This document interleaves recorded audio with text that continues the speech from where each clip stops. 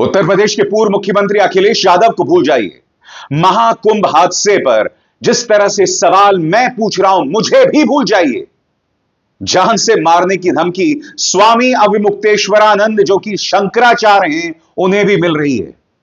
कम से कम उन्होंने ऐसा दावा किया है, और उन्हें ऐसा दावा करने की जरूरत नहीं है, क्योंकि मैं देख रहा हूं भाजपा का प्रचार तंत्र उनके खिलाफ किस तरह का दुष्प्रचार कर रहा है। कई और साधु संत जो खुद को जगत गुरु बताते हैं, उनके बारे में अनर्गल बयान दे रहे हैं। मैं आपसे एक सवाल पूछना चाहता हूं दोस्तों, 5 फरवरी को दिल्ली में वोट डाले जाने वाले हैं, और उसी दिन प्रधानमंत्री नरेंद्र मोदी महाकुंभ में डुबकी लेंगे। क्या आप पूरी तरह से अंधे हो गए हैं? हमारे धार्मिक प्रतीकों का खुलकर इस्तेमाल हो रहा है राजनीति के लिए। क्या आपको यह खेल बिल्कुल भी समझ नहीं आ रहा? और मेरे जैसे लोग जब महाकुंभ महाहादसे पर सवाल पूछते हैं, तो आप लोग आकर मुझे धमकाते हैं। सबसे शॉकिंग दोस्तों, स्वामी अविमुक्तेश्वरानंद के खिलाफ जिस तरह का दुष्प्रचार चल पड़ा है, वो निहायत ही शॉकिंग है।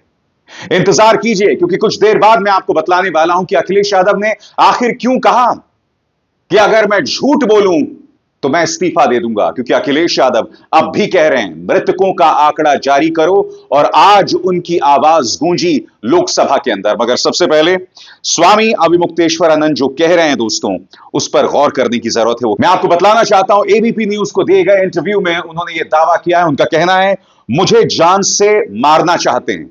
शंकराचार्य अविमुक्तेश्वरानंद सरस्वती ने किस पर लगाया इतना बड़ा आरोप? शंकराचार्य अविमुक्तेश्वरानंद ने कहा कि वे हिंदू समाज के साथ हैं, राजनीति के साथ नहीं। आवाज बुलंद करके हमने हिंदुओं के लिए आवाज बुलंद की हुई है। और मुझे आपको कतई बतलाने की जरूरत नहीं है दोस्तों कि किस तरह से उनके खिलाफ एक दुष्प्रचार किया जा रहा है। उन्हें मुसलमान तक बताया जा रहा है। इन कम अक्लों को पता नहीं है कि ये शंकराचार्य जो हैं, वो आपकी और हमारी बात कर रहे हैं, मगर फिर भी उनको धमकाया जा रहा है। एबीपी न्यूज के साथ की गई बातचीत में उन्होंने क्या कहा, आपके स्क्रीन पर। शंकराचार्य ने हादसे को लेकर सरकार पर सवालिया निशान खड़े कर दिए। इस पर उनसे पूछा गया कि क्या सत्ता पक्ष की तरफ से उन्हें ऐसे बयान न देने के लिए कहा जाता है, तो शंकराचार्य ने कहा कि अगर वो आते तो अच्छा होता, रोकना ना रोकना तो अलग बात है, लेकिन कम से कम वो हमको सच्चाई बताने तो आते। शंकराचार्य अविमुक्तेश्वरानंद सरस्वती ने कहा, उनका कोई आदमी आता और कहता कि महाराज जी, आपकी ये बात तथ्य विरुद्ध हो रही है। तथ्य ये तो हमको अच्छा लगता कि वो सच हमारे सामने रख रहे हैं, लेकिन वो तो इस तरह संवाद ही नहीं करते। उनके लोग धमकी देते हैं। जैसे कल 4-5 लोगों ने लिखा कि तुमको जान से मार देंगे, तुम मार दो। सन्यासी को मरने से क्या डरना? हमें कौन सा सांसारिक सुख भोगना है? न्यूज तक को दिए गए इंटरव्यू में शंकराचार्य कह रहे हैं कि जिसकी बात इनको नहीं पसंद आती, उसे ये दूसरी पार्टी का बता देते हैं। मैं आपसे एक सवाल पूछना चाहता हूं, ये व्यक्ति क्या गलत कर रहा है, बताइए ना। इसने यही तो पूछा, जो लोग मारे गए उसको लेकर हकीकत जो है वो सामने पेश आओ। जब कोई घटना होती है तो उसकी जवाबदेही होती है। अगर ये मुख्यमंत्री आदित्यनाथ का इस्तीफा मांग रहे हैं, तो कौन सी गलत बात कर रहे हैं? आज उनका दर्द सामने उभर कर आ रहे हैं। वो कह रहे हैं कि सिर्फ इसलिए कि मैं आपके सामने सच्चाई की मांग कर रहा हूं, मुझे दूसरी पार्टी का बता दीजिए। सुनिए वो क्या कह रहे हैं। न्यूज तक को दिए गए इस इंटरव्यू में उन्होंने यह भी कहा कि क्या हिंदू समाज चाहेगा कि हम सत्ता पक्ष में मलाई काटें? आपको समझना पड़ेगा उनका प्रहार किन लोगों की तरफ है। चाहे ये जगत गुरु हो, चाहे धीरेन्द्र शास्त्री जैसा ढोंगी हो जो अक्सर अनर्गल बातें करता है। मुझे बताइए ना, क्या यह संवेदनहीन बयान नहीं है जब यह व्यक्ति जो कि प्रवेश साहिब सिंह वर्मा के पक्ष में चुनावी प्रचार करता है, यह व्यक्ति किसी पॉलिटिकल पार्टी का नहीं है, मगर स्वामी अविमुक्तेश्वरानंद एक पॉलिटिकल पार्टी से जुड़ गए। यह व्यक्ति जो खुलकर भाजपा के लिए प्रचार कर रहा है, अनर्गल बातें करता है कि जो लोग मर गए उन्हें मुक्ति मिल गई, उन्हें मोक्ष मिल गया। या फिर ये जगत गुरु जो खुलकर स्वामी अविमुक्तेश्वरानंद के खिलाफ अनर्गल बयान दे रहे हैं। सुनिए इन्होंने क्या कहा।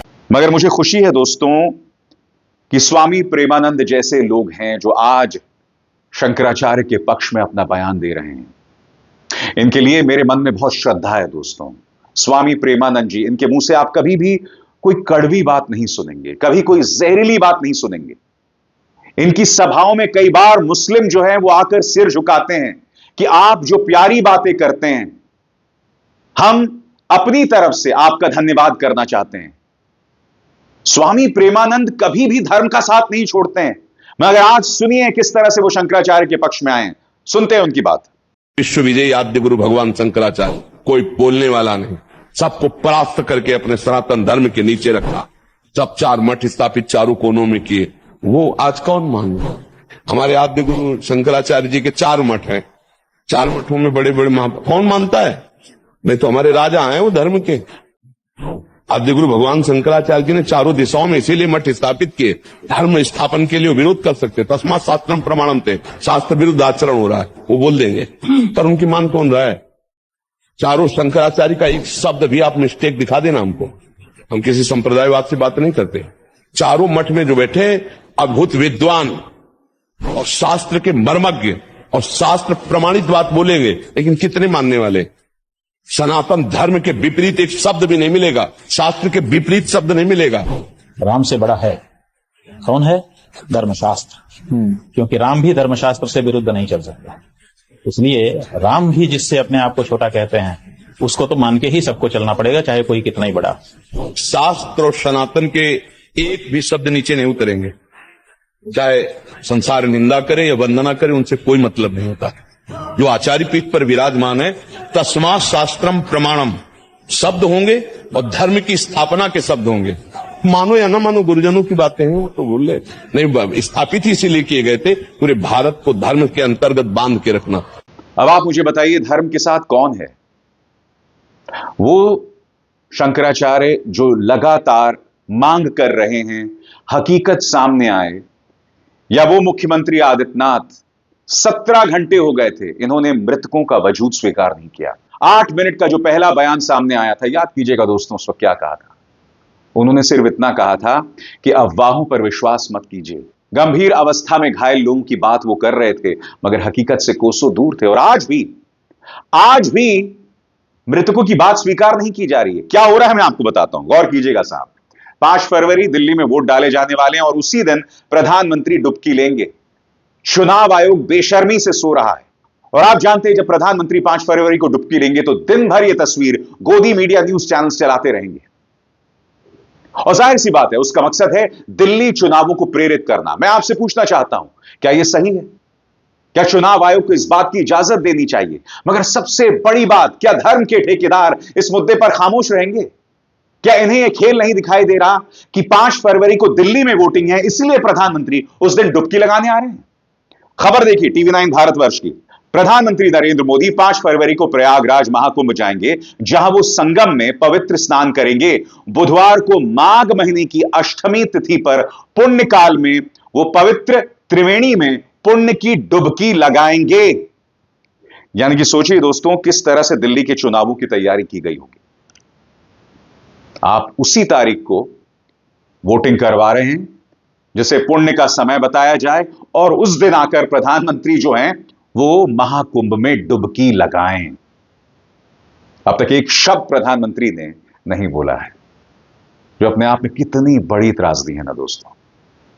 आज इसी संसद में अखिलेश यादव सवाल पूछ रहे हैं कि अगर मैं झूठ बोलूं तो मैं अपने पद से इस्तीफा दे दूं।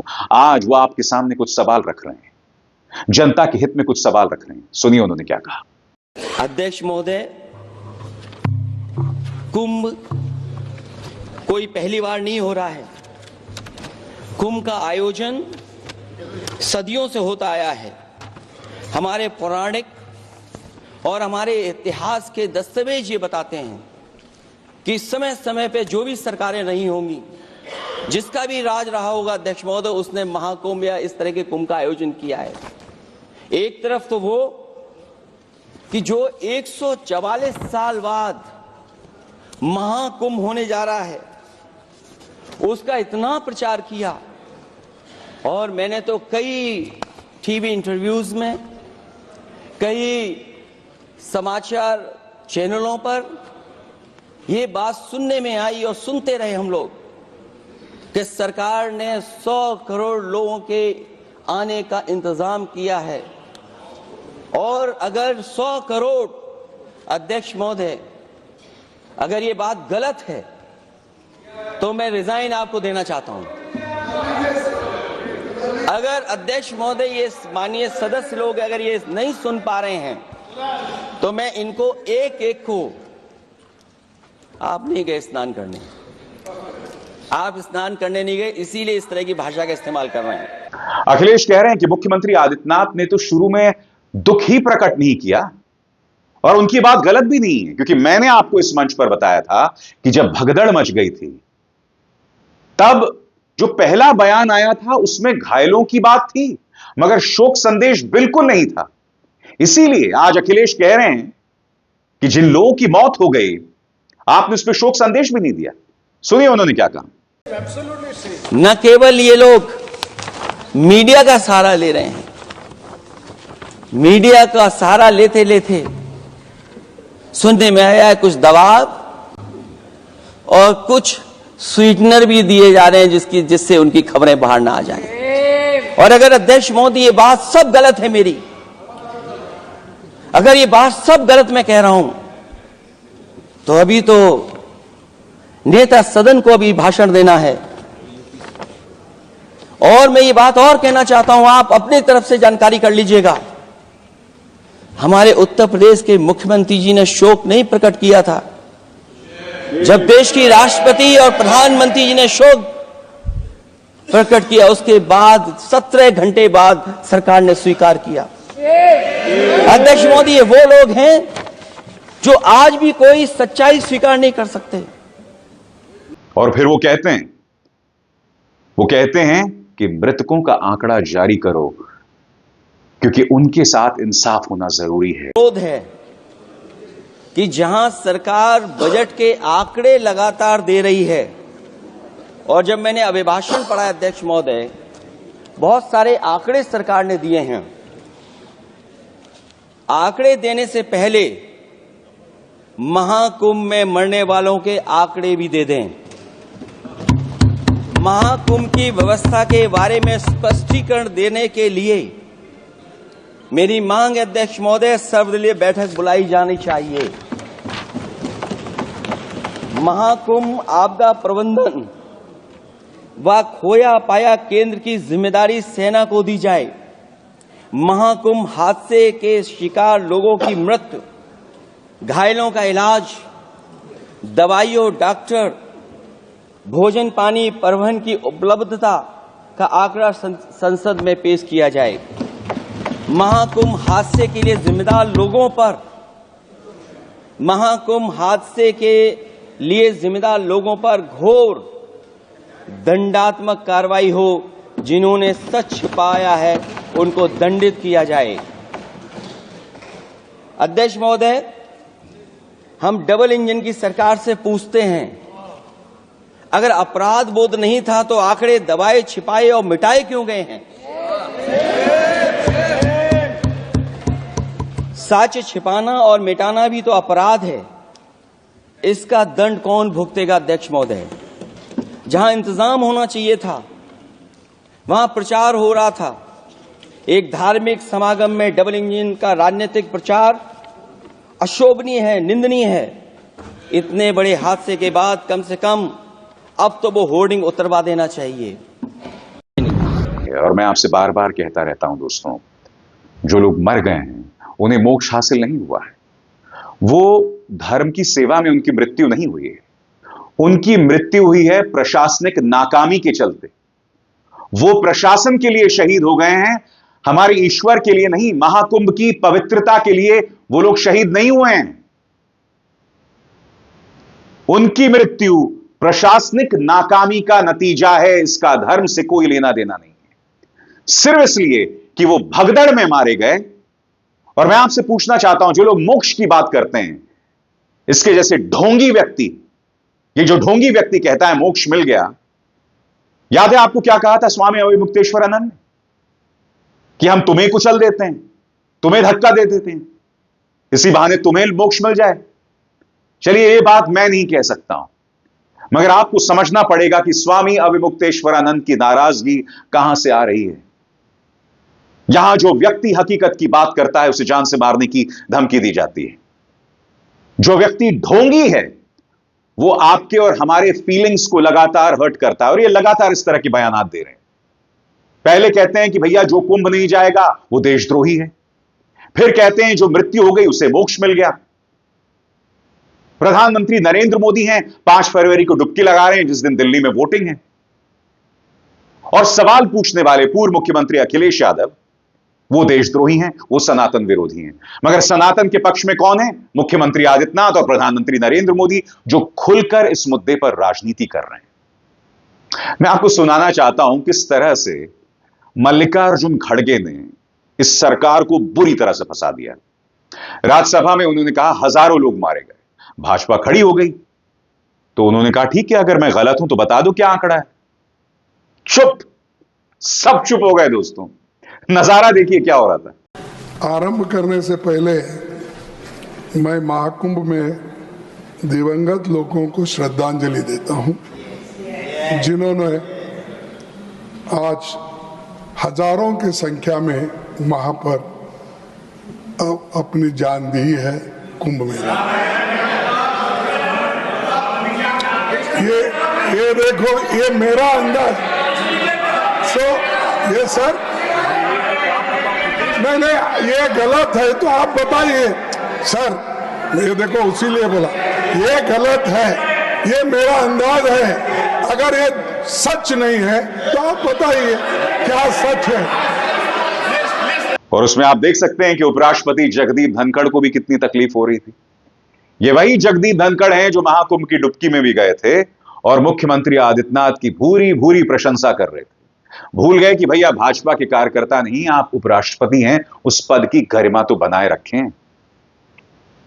सीधी सी बात है, अगर हजारों की तादाद नहीं है तो हकीकत लाइए ना। किस बात का डर है? किस बात को लेकर छुपा रहे हो? अगर हकीकत सामने नहीं आएगी तो इंसाफ नहीं होगा। इंसाफ इसलिए नहीं होगा क्योंकि उन्हें मुआवजा नहीं मिलेगा, क्योंकि हमारे सामने हकीकत नहीं आएगी। मैं आपसे सवाल पूछना चाहता हूं, अरे जब सच ही सामने नहीं होगा, जब सत्य के पैमानों पर कानून नहीं चलेगा तो इंसाफ किस बात का? बताइए, फिर तो अराजकता है। तो इसलिए बहुत जरूरी हो जाता है कि हमारे सामने मृतकों का आंकड़ा आए। मगर आप भी जानते हैं कोरोना काल की तरह इस आंकड़े को भी दबा दिया जाएगा। और अब भी ये लोग धर्म के नाम पर हमारी फीलिंग्स के साथ लगातार खिलवाड़ करते रहेंगे, जैसा कि 5 फरवरी को होने वाला है, जब दिल्ली चुनावों में वोटिंग हो रही होगी और प्रधानमंत्री डुबकी लगा रहे होंगे। काश सच के महाकुंभ में भी तुम डुबकी लगा पाते। अभिसार शर्मा को दीजिए इजाजत। नमस्कार।